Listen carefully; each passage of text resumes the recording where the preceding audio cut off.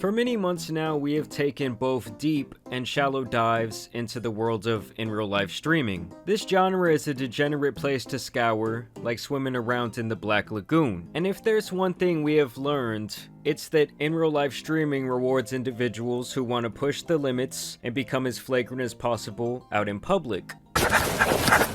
No. No. No? Go. Go away.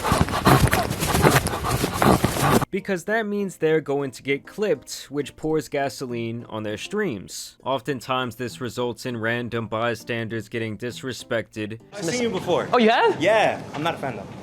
Oh, you're not? Damn. Bro, I just wanted to... It's all good. You probably have a great life, huh? Just being fat as shit. And even physically violated, all for the sake of the streamer trying to keep their viewers engaged. We have seen these clowns hide behind their security, and of course get slaps on the wrist from their respected platforms. But now more recently, I guess the world is finally correcting itself, and streamers have really been getting the bad karma they deserve, and essentially finding out they are not invincible just because they have clout online. So right here I have for you guys the clip that has been both heard and seen around the world. I think it has like hundreds of millions of impressions at this point. And it's of our good buddy Sneako getting his lights punched out at some sort of political event. Yes, it does indeed seem that streamers are now f***ing around and actually finding out.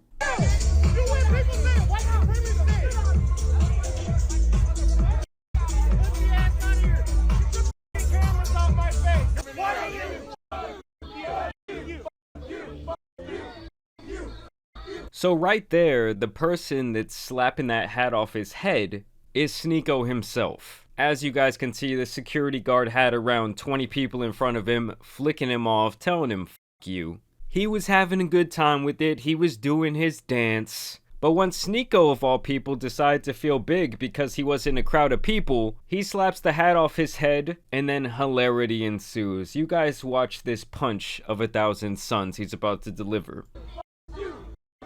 Ooh! He was not expecting that shit at all. Here, let me add some sort of sound effect.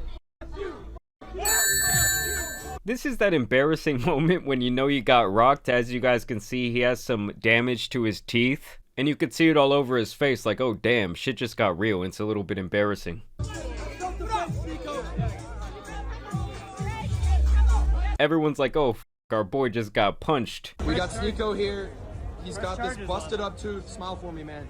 This was the security guard at this thing, at this event, right up here. Right up here. We got this guy jumped off the stage. No one attacked this guy, punched Sneako in the face. No one touched him.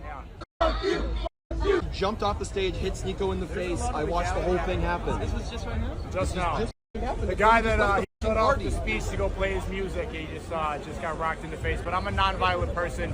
You know, I care about America first. That's what it's all about. Yeah, man. We'll take it through the legal necessary ways we got to do, because...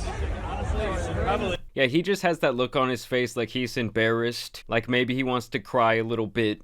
And I love how he says, oh, I'm a non-violent person. But I'm a non-violent person. But he was the one who put his hands on someone else first, okay? The guy was trying to turn up with it, he was doing the middle finger dance, but then it was Sneako who decided to take it like a step too far, which he seems to often do, and he got Superman punched right in his face for doing so. I also liked how one of the people he's riding with immediately said, oh, file charges, bro. He's got this busted up tooth. Smile for me, man. Like he was not the one who provoked the security guard. Now pay attention to what he says right here. You know, I care about America first. That's what it's all about. He's all about America first. That's Nick Fuentes' thing. That's his like entire campaign. Just keep that in the back of your head. I'm gonna get back to that in a second. According to this page, Sneako would then file a police report.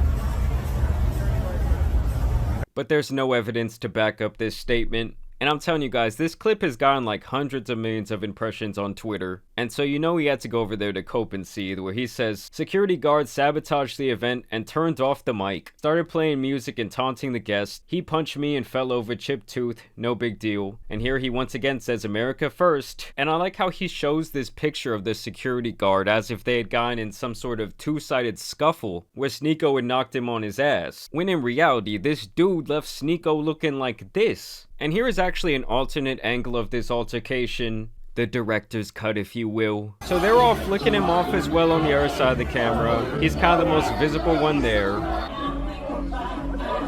Ooh! Jesus Christ.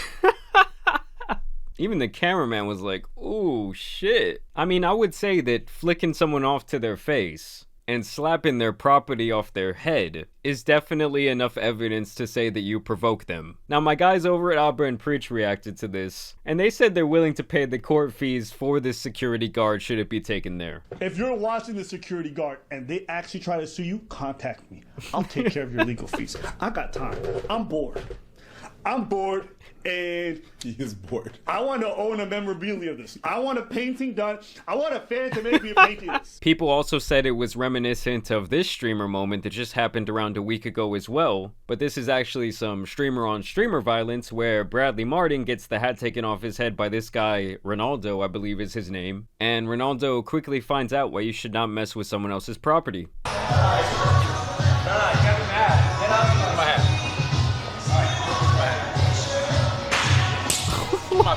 Damn, actually? Yeah, actually.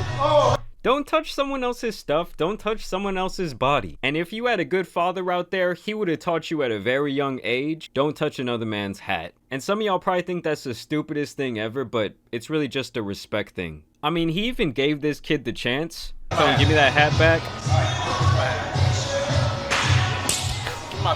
Damn, actually? And I mean, this is someone who wears hats all the time, so you know he's taking this shit serious. Especially like you're gonna take my hat and then you're gonna put it on your nasty ass hair follicles. Nah, you're gonna get bitch slapped with Maroon 5 playing in the background. Payphone and all, like this shit ain't sweet. Now this was him after he got punched by the security guard. He booted up the stream.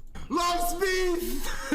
So he's having a good time with it apparently. I mean, I guess all you can do when you get punched right in your face in front of 100 million people is just kind of laugh the pain away. Now here's where we get back to Sneako's America First is all that matters message. I care about America first, that's what it's all about. Because his buddy Nick Fuentes, who's the leader of that whole movement, actually weighed in on Sneako getting punched, and he thought it was pretty hilarious. I feel so bad for Sneako. He was the casualty getting punched.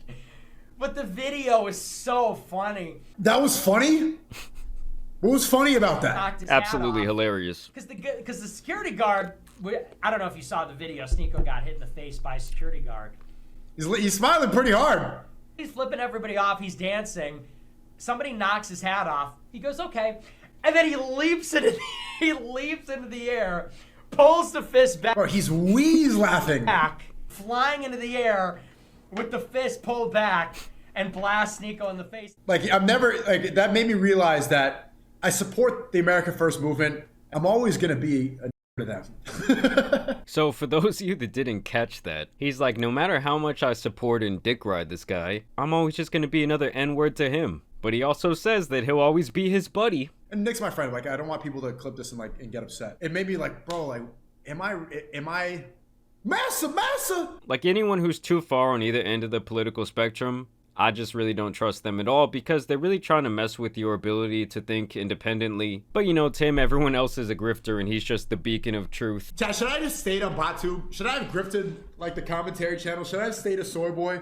Yes or no? Yes or no? Like, be honest, bro. Like, why am I getting punched by the 4th venue security? Why am I doing that? I mean, he's acting like he got punched because of his political beliefs, when in reality, he got punched because he put his hands on someone else. I really care about the truth. I want everyone to see this. Look at I genuinely care about this. The motto is seek truth through funny. I live this. I just feel like any person who thinks that they know the truth of the matter in every situation is actually more arrogant than the person who is completely uninformed. I guess the core point of this video is that streamers have been around for a long time, and now they're finally facing the repercussions of their actions. But I want to know what you guys think about this situation down below. Just keep your hands to yourself. It's really not that hard.